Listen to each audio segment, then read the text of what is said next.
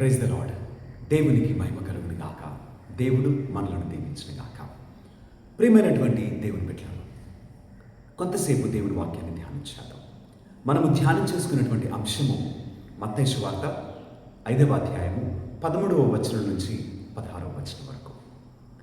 ఈ వాక్యంలో యేసయ్య మనలను ఉప్పుతోనూ వెలుగుతోనూ పోల్చున్నాడు. ఎందు నిమిత్తము యేసయ్య మనలను ఉప్పుతోనూ వెలుగుతోనూ పోల్చున్నాడు అనంటే, ఉప్పు వలన మనకు కలిగేటువంటి ప్రయోజనము మనకందరికీ తెలుసు. వెలుగు వలన కలిగేటువంటి ప్రయోజనము మనందరికీ కూడా తెలుసు. అందరు చెప్పే విధముగా అన్ని వేసి చూడు, నన్ను వేసి చూడని ఉప్పు చాలా గర్వంగా మాట్లాడగలిగిందంట. కారణం ఏంటి? నువ్వు అన్ని విధములైనటువంటి రుచికరమైనటువంటి వస్తువులను నువ్వు వాడినప్పటికీ ఉప్పు వేయకపోతే వండినటువంటి ఏ పదార్థానికైనా విలువ లేనట్లే, రుచి లేనట్లే. అదే విధముగా నీవే ఉప్పు అని, నీవే వెలుగు అని యేసయ్య మనలను పిలుచున్నాడు. ఇది దేవుడు ఆశపడుతున్నాడు. మనం ఉప్పుగా ఉంటే, మనం వెలుగుగా ఉంటే దేవుడు ఎంతో ఆనందిస్తాడండి. ఉప్పుగా ఎలాగను మార్చబడగలము అంటే, మనము చేసేటువంటి మంచి వలన, మనలో ఉన్నటువంటి నీతి వలన, మనలో ఉన్నటువంటి పరిశుద్ధత వలన, మనము చేసేటువంటి సహాయం వలన మనము ఉప్పుగా మార్చబడతాం. మొదటిగా దేవుడు ఎలాగను మనల్ని ఉప్పుగా చేశాడనంటే, ఆలోచించేద్దాం. దేవుడు ఎలా ఉన్నాడు?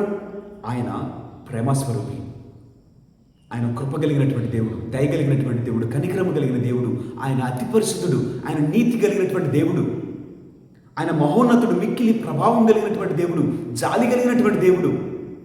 ఆయన మనలను సృష్టించాడు, తన చేతులతోటి మనల్ని రూపించాడు, తనలో ఉన్నటువంటి ప్రాణాన్ని మనకిచ్చి ఉన్నాడు. అనగా ఆయన ఎలాగున ఉన్నాడో మనము అలాంటి వారమే.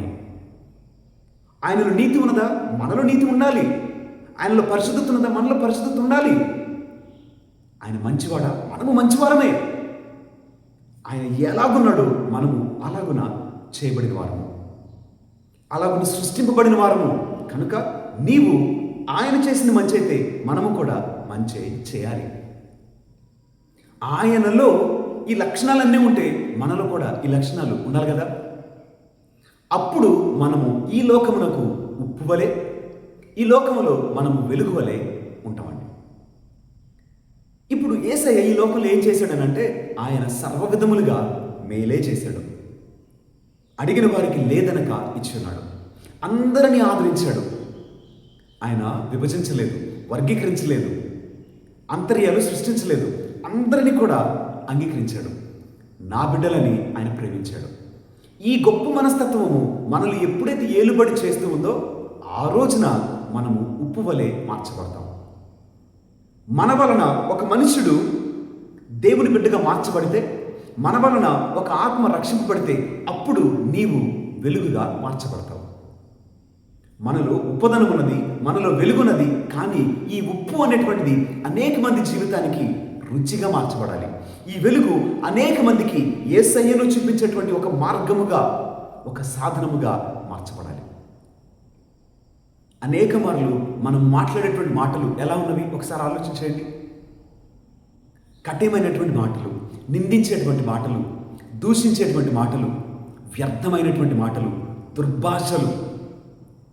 ఒక మనిషిని నిర్మించవలసినటువంటి మనము ఒక మనిషిని నిండుగా కూల్చివేయట్లేదా? తీర్పు తీర్చట్లేదా? ఒక మనిషిని అవమానించట్లేదా? ఆలోచించేయండి.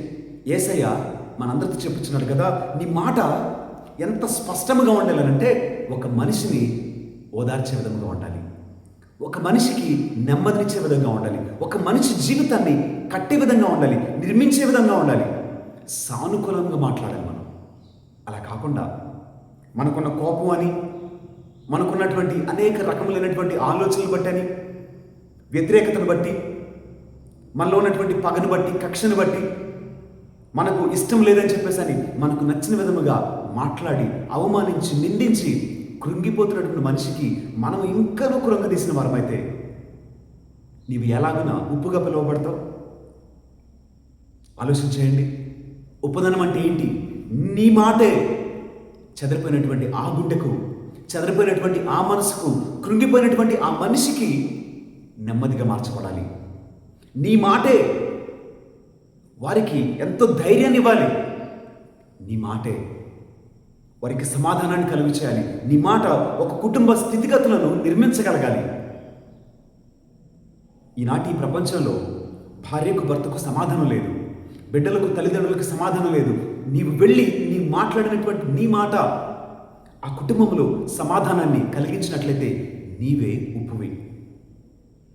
నీ మాట వారి జీవితాన్ని కట్టగలిగితే నీవు ఉప్పుగా పరిగణించబడ్డావు. మరి నిజముగా నీ మాటలు, నీ ప్రవర్తన ఇలాగున ఉన్నదా లేదా ఒకసారి ఆలోచించే.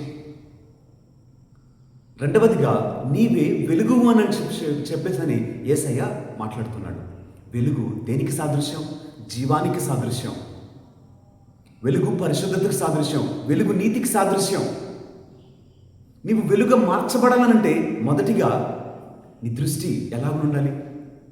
అనేక మార్లు మనం ఏం చేస్తామంటే మన సహోదరుడికి సహాయం చేయడానికి ముందుగా ఉంటాం. ఏమంటాం తెలుసా? ఇదిగో నీ కంట్లో ఉన్న నలుసుని తీసివేయడానికి నాకు అవకాశమే. ఇదిగో నీలో ఈ తప్పు ఉన్నది, నీలో ఈ విధమైనటువంటి తప్పు దొరుకుతున్నది, నీలో ఈ పాపం ఉన్నది, నీలో ఈ బలహీనత ఉన్నది, నీలో ఈ వ్యసనం ఉన్నది, ఇది కరెక్ట్ కాదు, ఇది మంచి కాదు, ఇది చెడ్డది అని చెప్పేసి అని మనము చాలా తొందరపడి సహాయం చేయడానికి ప్రయత్నం చేస్తాం. కానీ యేసయ్యమన్నాడు తెలుసా? మొదటిగా నీ జీవితంలో లోటుపాట్లు ఉన్నవి, నీ జీవితంలో పాపం ఉన్నది, నీ జీవితంలోనే అనేక రకములుగా సరిచేయబడవలసిన పరిస్థితులు ఉన్నవి అని చెప్తున్నాడు. మరి నీవు సరిచేయబడవా? నీవు వెలిగించబడాలంటే మొదటిగా నువ్వు సరిచేసుకో. నీ పాపాన్ని విడిచిపెట్టు, నీ బలహీనతలు విడిచిపెట్టు. అప్పుడు నీవు నీ పొరుగువానికి సహాయము చేయగలిగిన విధముగా నీవు మార్చబడతావు. నీవే గుడ్డివాడివైతే, నీలోనే చీకటి అంధకారం ఏలుబడి చేస్తే, నీలో అనేక రకములైనటువంటి వ్యసనాలు, పాపము, బలహీనతలు ఏలుబడి చేస్తే నీవు నీ సహోదరునికి ఏ విధముగా సహాయం చేయగలుగుతావు? ఏ విధంగా వారు చేయి పట్టుకొని నడిపించగలుగుతావు? వాక్యం అంటూ ఉంది కదా, నీవే గుడ్డివాడివైతే నీ సహోదరుడికి ఎలాగో చేయి పట్టి నడిపించగలవు? ఇద్దరు పడిపోరా? ఇద్దరికి దెబ్బలు తగలవా అని వాక్యం మాట్లాడుతుందండి. నీవు వెలుగుగా మార్చబడాలి. నీ వెలుగు అనేక మంది చూడగలగాలి. ఎవరైనా సరే చెప్పగలరా? ఇదిగో పలానా మనిషి మంచివారు, వాళ్ళు నీతి కలిగిన వారు, వాళ్ళు ప్రార్థన పరులు, వారు విశ్వాసం కలిగిన వారు, వారు పరిశుద్ధులు అని చెప్పగలరా? ఎక్కడి వరకు ఎందుకండి, నీ పక్కింటి వాళ్ళు చెప్పగలరా? వాళ్ళని కూడా తీసివేసేయండి. నీ ఇంటిలోని మనుషులు చెప్పగలరా? నీ బిడ్డలు చెప్పగలరా? నీ భర్త చెప్పగలరా?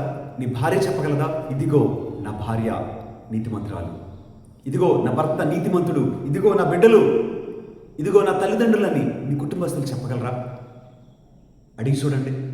వాళ్ళే మన గురించి అనేక రకములైనటువంటి విషయాలు చెప్తారు. మనలో ఎక్కడ ఏం మార్చుకోవాలో మన కుటుంబస్తులు చాలా స్పష్టంగా మనకు చెప్పగలరండి. ఒకసారి ఆలోచించేద్దాం. నీవు వెలుగువై ఉన్నావు. నీ వెలుగు అనేక మంది ఎదుట ప్రత్యక్షపరచబడాలి. ఈ వెలుగును బట్టి అనేక మంది యేసయ్య వద్దకు రావాలి. నీవే ఉప్పువై ఉన్నావు. నీ ఉప్పుదనము కోల్పోక అనేక మందికి సమాధానకరముగా నీవు మార్చబడు.